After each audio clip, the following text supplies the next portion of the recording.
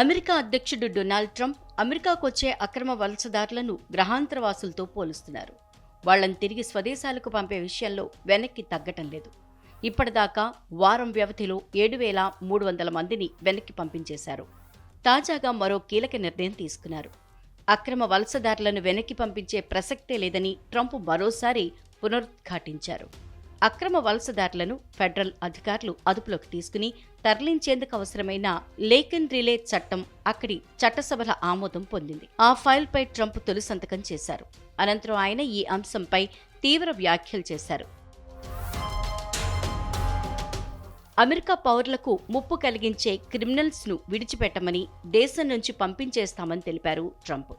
అయితే కొందరు అత్యంత క్రూరులు ఉంటారని, వారిని స్వదేశాలకు పంపిస్తే మళ్లీ వచ్చే అవకాశం ఉంది. అందుకే వాళ్ళని నరకంలాంటి గ్వాంటనమో జైలుకు తరలిస్తామని అన్నారు.